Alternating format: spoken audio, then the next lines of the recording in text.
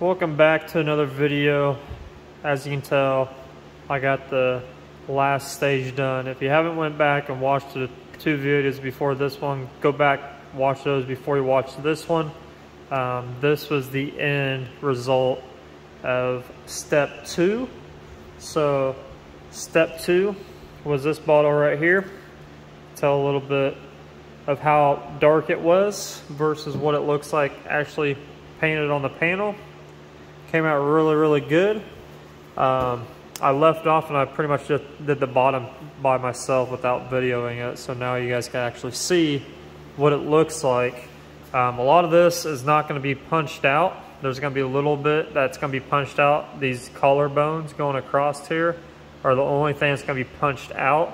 Everything else is going to kind of look blurry, just for, you know, the picture wise. So we're going to follow that and we're going to just make everything the way that the picture is. So I went ahead and I put step 3 inside the airbrush, and I already kind of tinkered around with it. You probably can't tell what I did because it's so close to step 2. It's a hair darker than step 2. So I might go ahead and bump it up a little bit as far as adding some black to the mixture. Not much, probably just a couple drops will do it, just to bump it up a little bit more. But it is a little bit darker compared to step 2, and I'll show you guys how much darker it is. You might not be able to tell on camera, but in person you can kind of tell it's just a hair darker. So we might just make this 5 steps instead of 4 like originally I planned. Because I'm saying that because it's so close and beside step 2 with step 3 that it's almost like a blending, something that we can actually use to blend stuff with and get a buttery smooth finish transition into different layers. So I might go through and just go ahead and do that, because all I did with it was inside of this cheekbone where you can see inside of it. It's a little bit darker. You can tell it's a tad darker than everything else. But it airbrush really smooth and buttery, so I'm able to actually go in and just kind of blend where I need to very lightly without actually disturbing anything and changing everything too drastically. Because like I said in other videos, if you go too dark too quick, you're pretty much, you may ruin what you want to do. So you don't want to go too dark too quick. So little steps up goes a long ways for doing something like this. Anything like monochromatic wise, you want your transitions to be really smooth, and the layers to be really even and really close, and that's how you get like that 3D look, that realism look that we go for. So I'm going to go ahead and finish out everything, and I'm just going to use that step 3 before I bump it up in black, and just go through here and just start working my way around and just kind of blending out those spots that really aren't blended out the way I want them to. So we're going to do that real quick.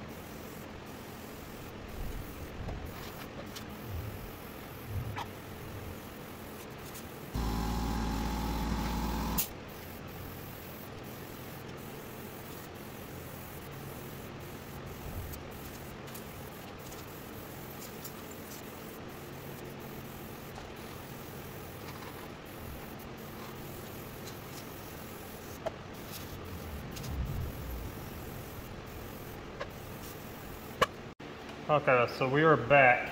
We are done with the number 3. Just went in and kind of just smoothed everything out as far as the dark values go with the number 3. And I've already had and went and added probably 2 or 3 drops more into number 3 just to make it a little bit more darker this time around. Like I said, I'm pretty much going to be doing 5 layers now. Hopefully no more than 5.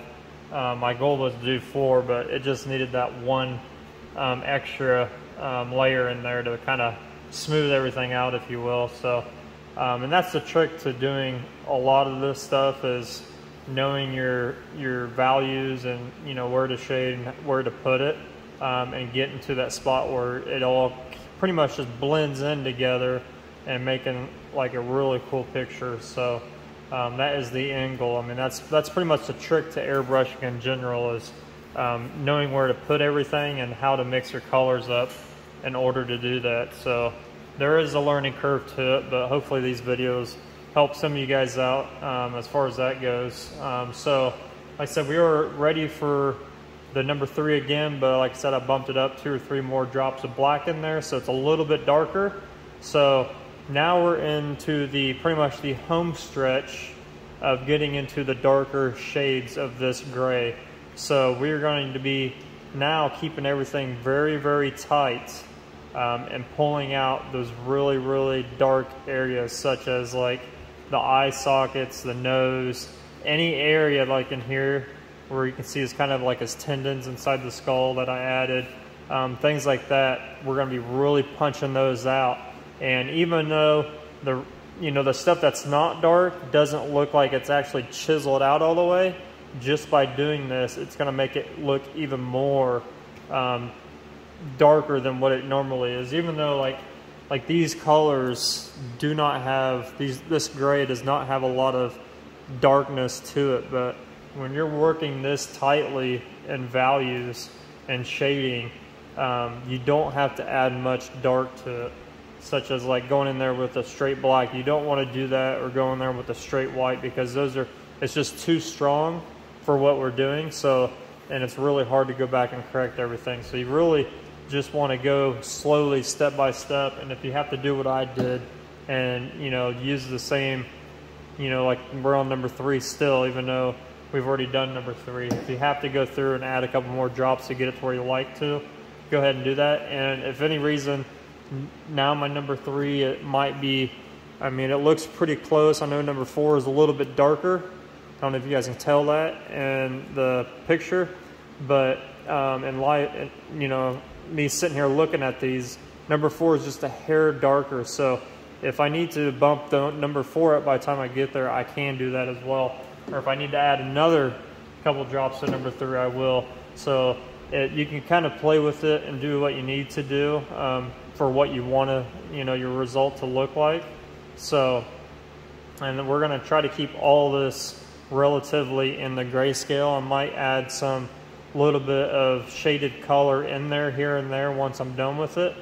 But yeah, so that's the game plan. But like I said, we're going to be really focusing on the darker areas now.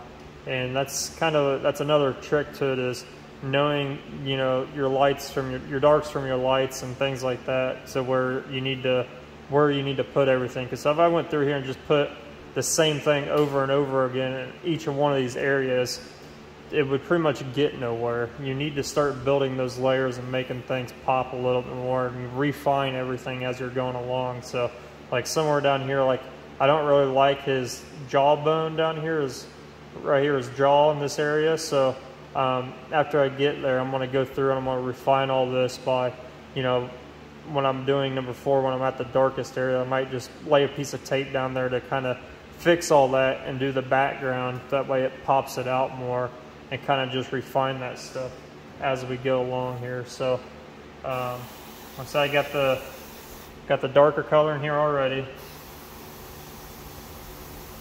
and it does look a lot stronger as far as the darker gray goes, and it is already on here. So this is going to really, it's going to make it look like almost black, I think.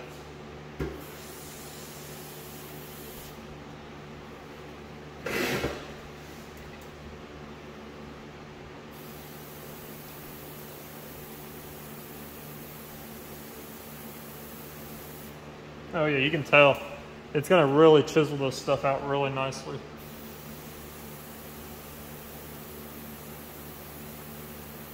And this is where you want to be really, really tight with your work. I know I've probably said that a few times already, but it's true. This is the darker, you know, the stronger the color you're going to get and the darker areas you're going to be working in. It's really a key to keep everything really nice and tight and start chiseling out those small details.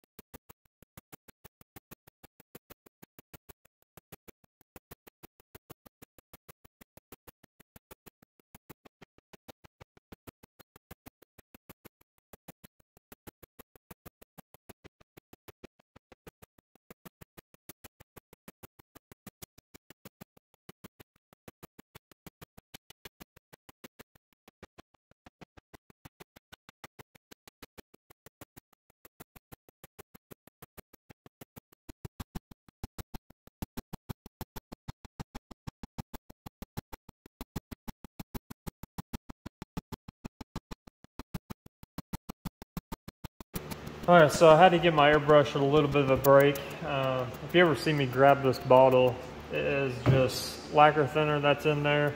Airbrush really didn't like that mixture of paint. Probably wasn't reduced fully all the way.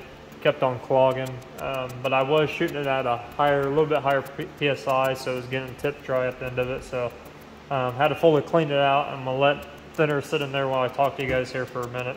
So I'm just gonna go over what I just did.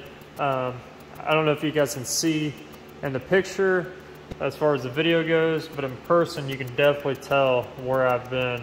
I pretty much, like I said earlier, I went in and just chiseled everything out with that darker gray. You can kind of see around here, especially in the eyes, you can really see where I chiseled it out and kind of faded it, if you will, to blend it in to the next, the shade that we had before.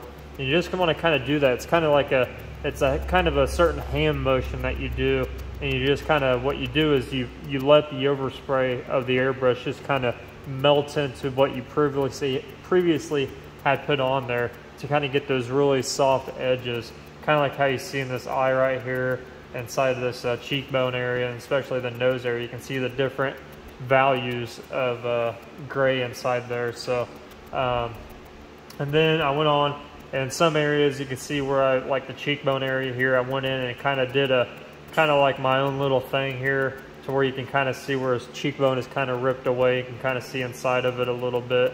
And I kind of just made that up, looking at my reference and kind of conjuring up something in my mind that I was happy with.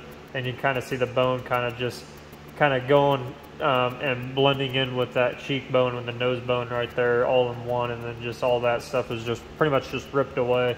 Same thing as with like the cheekbone area. I've got like this sort of tendon going up at an angle. You can kind of see inside there. It kind of makes it look more three-dimensional that way.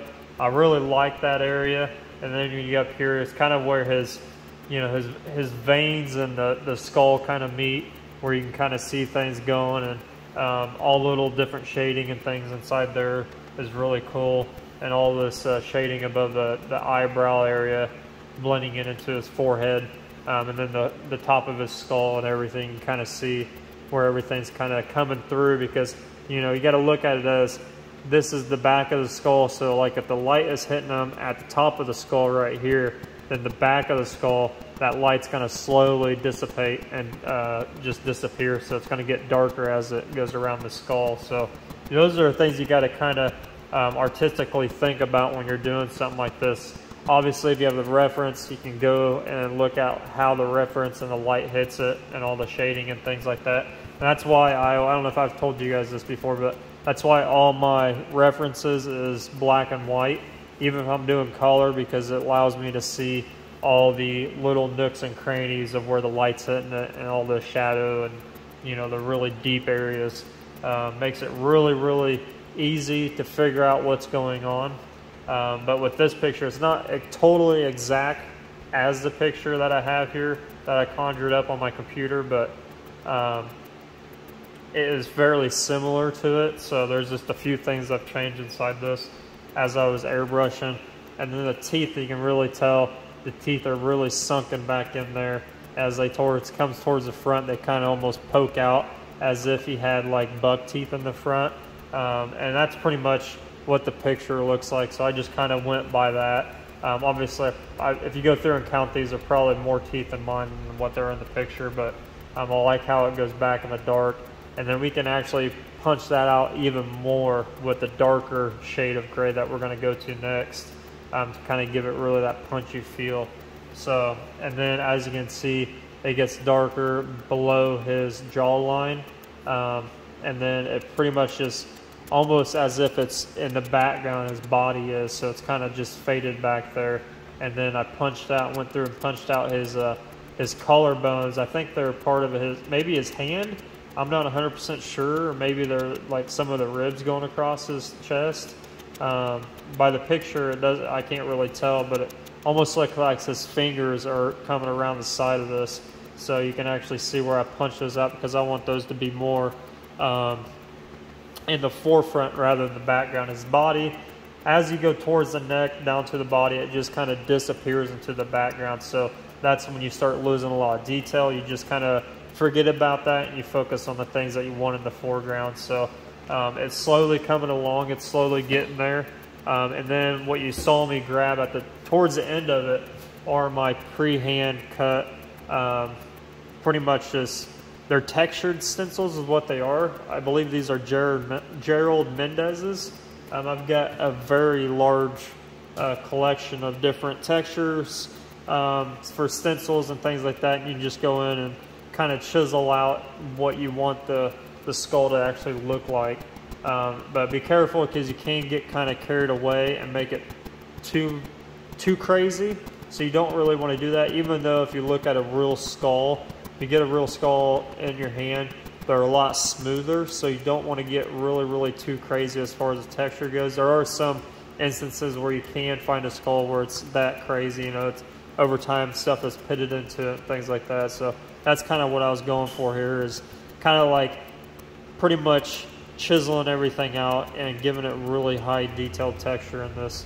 And then you got some areas right up here, like the cheekbone area, where it's kind of smoother, but I did go through and very lightly add a little bit to that, and then the forehead and things like that, to kind of give it the where that almost looks like, if you look at a pool when the sun's hitting it, you can kind of see the different layers and the different colors through the sunlight in the pool. So that kind of like almost like, I don't know how to else to explain it, maybe like you throw water on something and it kind of spreads, and you can kind of get the different textures and different values and shades and everything. That's kind of what I got going on his forehead here and to the skull area on top.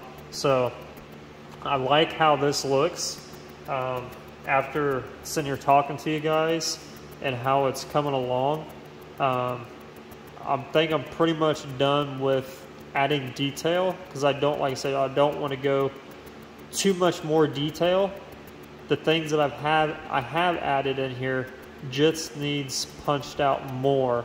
So we're gonna just refine everything by going to the darker value of gray and going through and keeping it tight once again, and just shadowing everything the way we just did, but staying in the darkest dark areas. The way I'm going to do that is I'm going to use my reference photo very heavily. So like obviously the eye sockets and the nose are probably the darkest areas. So those are the areas that I want to be dark. And I might even go back through and add, once I get done with my number 4 here, depending on how dark it really is, once I spray this, I might go through and add more black to this, and then just really chisel out the end of it. So that is what I have in mind for the next round for number 4. But right now, like I said, I'm really happy with the way it is. So I'm not going to go too much more crazier on the detail as far as the image goes. I don't know if I'm going to get you guys around here to where you can see it better. You're on my tripod right now, so it's kind of hard for me to see the phone, but you guys get the idea of what it looks like. And yeah, I'm really happy with it. So like I said, the next video I'm going to go through and really start punching this thing out. So if you guys are liking what you're seeing, if you have any questions or anything like that you want to know, maybe I didn't touch on something that you're curious about, let me know, and I'll be gladly to kind of help you and answer any questions you guys have. But yeah, that's pretty much it, guys. I mean, there's not much more to doing this type of airbrush work. Obviously, you're not having to deal with a ton of different colors or toners. It's just pretty much one color that you're mixing into different values and shades of that certain color. So there's not much more. There's not much more of an easier way to show you guys other than doing a monochromatic, is what we call it, picture where we use just one color throughout the whole thing. So, like I said, if you guys have anything you want to know, let me know down in the comments. Feel free to message me, anything like that. I'll be gladly to share any bit of information I may or may not have for you. And then, yeah, on the next video, if you want to see the final product, I might add color after it. I don't know. I might just make up a really light wash of a certain color and just kind of mist it over the skull. Tape up like the background area and stuff and mist over the skull. That way it's got kind of like a color tone to it. But we're going to see after we get done with the next step, and then we'll figure that part out later. So yeah, and also right now is a good time to, if you been following me with the eraser thing, it's just a regular eraser. Now is a good time to go through and start punching out some of those highlights, but you don't want to get too crazy about the eraser because you don't want to take away a lot what you already have. And right now, so far, I like what I have, so I'm not going to get too crazy with that. I might go through here, like punch this out a little bit, up inside of here, punch this out. I kind of like how it looks up in this area around his eyebrow area. I like how that looks. So I might just go through and make all that look like down here, up there, and things like that. That way it all looks transitioning into one picture. Same way with the nose, top nose area. So I might go through and just lightly punch those areas out. And then, yeah, we'll go on to the next color. And then, like I said, the darker shade of number 4. And then we'll figure out what we want to do there. So thanks for watching. See you guys on the next one.